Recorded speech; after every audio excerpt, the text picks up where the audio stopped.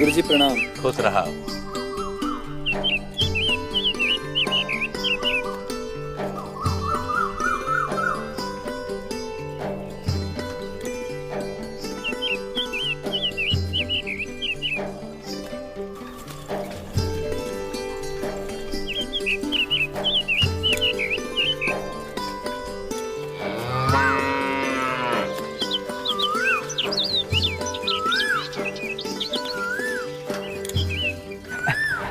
गुरुजी साष्टांग। खुश रहा। आज काम पे नहीं गई ला? दिन और रात्रि के अतिरिक्त काम का संभालना के उपरांत आज विश्राम प्राप्त भइल है गुरुजी। अच्छा अच्छा।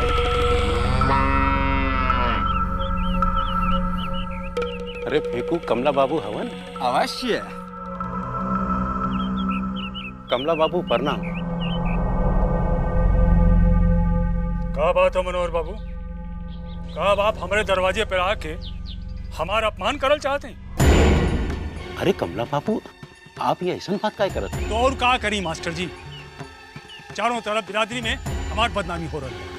पूरा युवराजपुर गांव में आज तक ले मेहमान के संगे क्यों ऐसा बर्ताव ना कैले जो आप और आपके धर्म पत्नी कैले।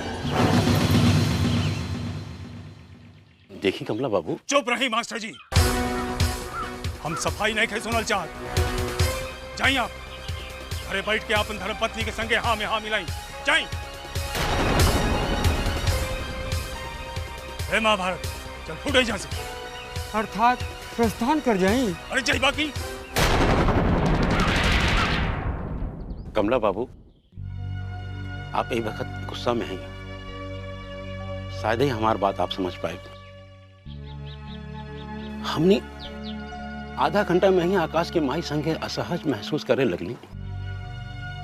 पूजा के तो जिंदगी भर वही जे रह के पड़त। वैसे कमला बाबू, संबंध के तो मतलब ही होखेला समानता में बंधन। वो लोग हमनी से हर लिहाज में बढ़ रहलन, पैसा से, ओहदा से, और यही से बात नहीं बन पौलस। आप कृपा कह के हमार पूजा खातिर ऐसा संबंध ढूंढ दी जहां हमने बिना कोनो संकोच के होकर ब्याह कर सके। हाथ कर देने मास्टर साहब। आप कौना मुंह से हमरा के फिर से पूजा के रिश्ता खोजे खातिर कहते हैं? ई जौन मास्टरन के तरह आप हमरा के संबंध के संधि विच्छेद करके दिखावत नहीं, ये सब अपने पास रखी, हमरा के ना समझाई। हाँ, पूजा के फोटो भेजने से पहले ही हम आपसे कह देले रही कि लोग बड़ लोग हुवन, वही समय मना कर देवे के जल। देखिए मनोहर बाबू, जौन कहे वो साफ साफ हम ही गांव के हर लड़की के संबंध देख दे, बाकी आपका बेटी खातिर हरगिज नहीं। जाए मास्टर जी, थोड़ा बहुत अकल जाके अपन धर्म पत्नी के दें। बेटी के ब्याह खातिर लड़का के गुण देखल जाले, ना कि लड़का के माई के। ब्याह का नया नियम निकाले चलल है यहाँ पर। जाए यहाँ से, जाए यहाँ से।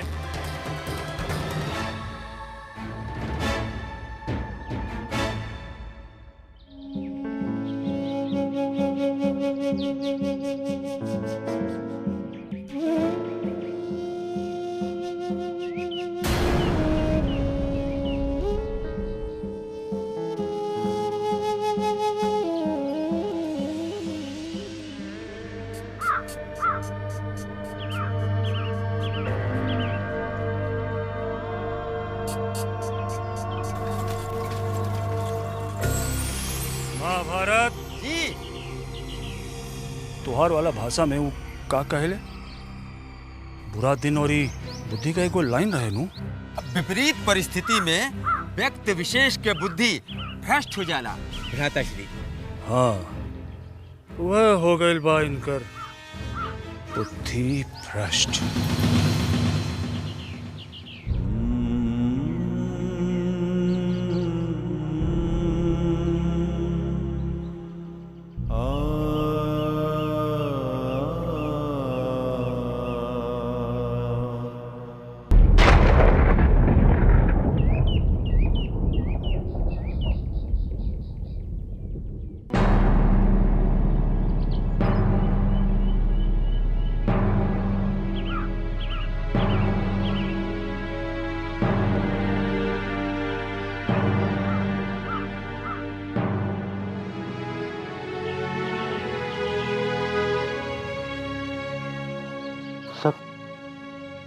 ठीक तो बा ना?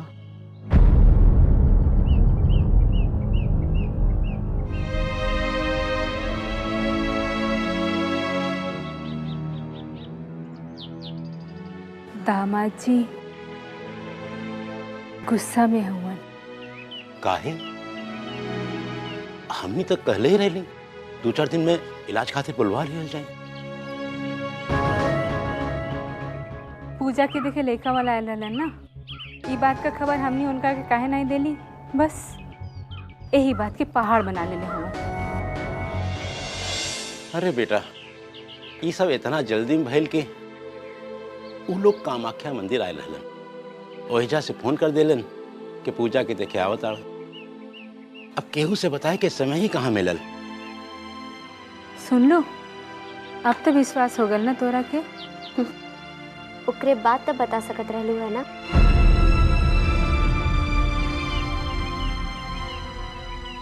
कोनो खुशखबरी हो तब न दीदी। इज्जत तो सब माई और बाबूजी के कोसे में ही लगल हवा।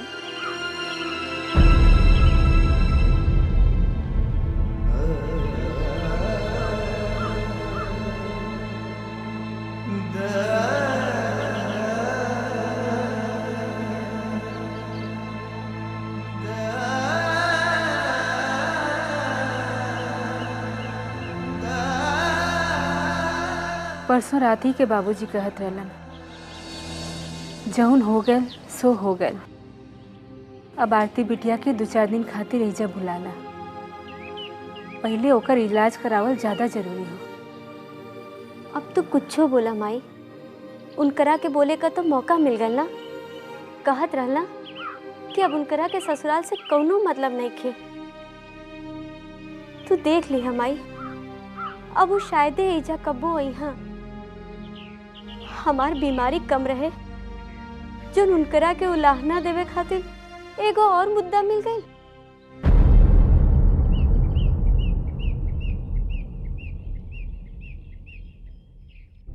देखा बेटा, उ लोगन के जौन सोचे के हो सोचेगा।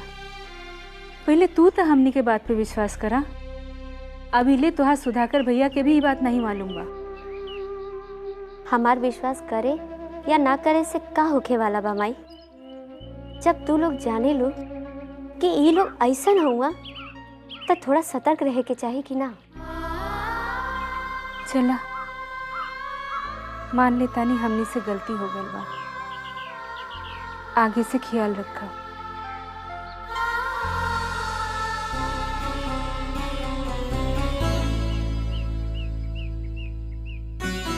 सुनी, जब आरती यहाँ आई गई बिया तो कहवा कौन सा डॉक्टर के दिखाए के बा तई सोच ली, टिकट उकट बनवा ली। एक बार उन लोगन के पता चल जाई कि आरती का इलाज शुरू हो गया बा तो थोड़ा तो गुस्सा शांत हुई।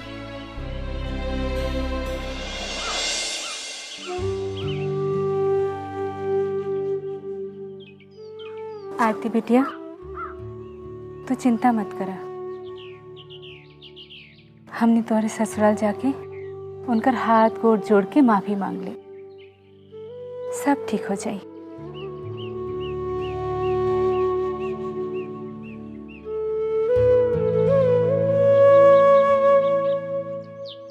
इस सब हमरे वजह से हो रहल बना बाई। हमरा भी आई के बात का चलल, प्रभाकर भैया भी पैसा के लेके पखेड़ा शुरू कर देला। दीदी और जीजा जी में भी झड़प शुरू हो गई। घर के बाहर तो लोगन के भी ताना सुने के पड़ रहा। तू उल्टा सीधा सोचल शुरू कर देलू, कहीं कुछ नहीं भैल बा। आरती चला अंदर चला।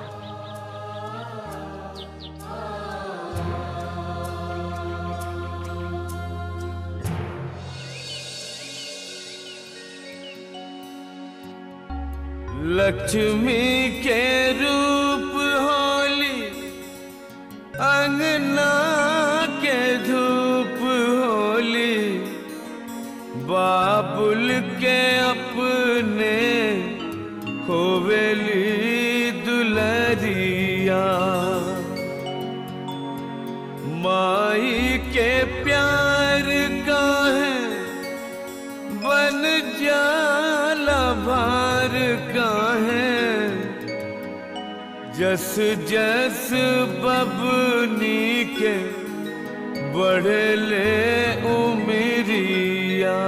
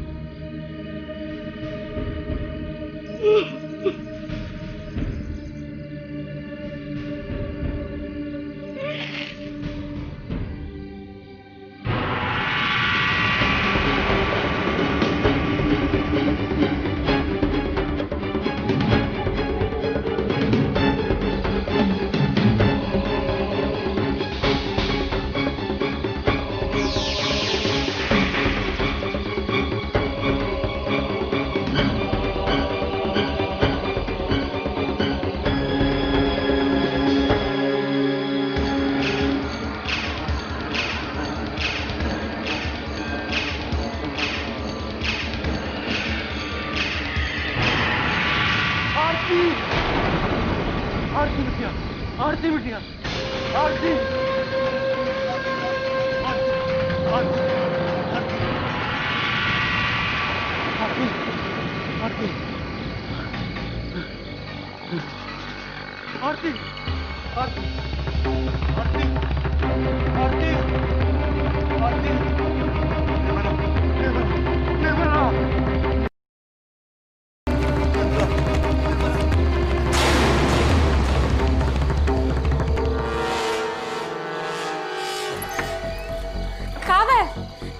निर्मला, आरती कहाँ हमारी? आरती कहाँ हमारी? हम आरती के देखा चाहते, हम आरती के देखा चाहते। आरती, आरती के बुलावा, आरती बिटिया, आरती, आरती।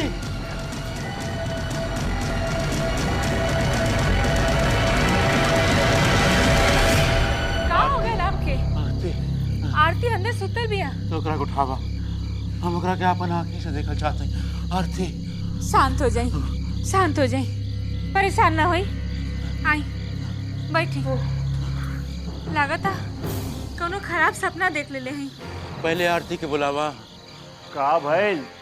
ऐसन कौन आफत मच गई जे आप लोग नाते के हल्ला मचावत हैं? अरे हम कहली पहले आरती के बुलावा। आरती, आरती। जा बहू, जाके आरती के बुला लिया वा। शांत हो जाई। शांत हो जाई। आरती अभी आवत बिया। शांत हो जाई, शांत हो जाई।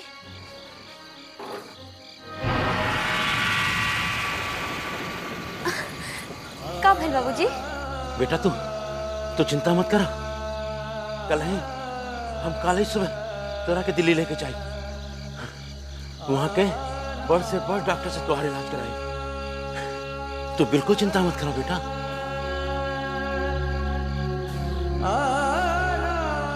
पूजा बेटी, तू गांव में हमारे बारे में कोई कुछ भी कर, तू बिल्कुल चिंता मत करिए।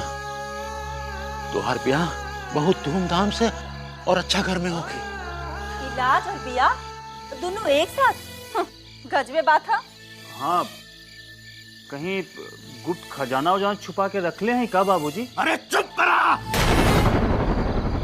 चुप करा।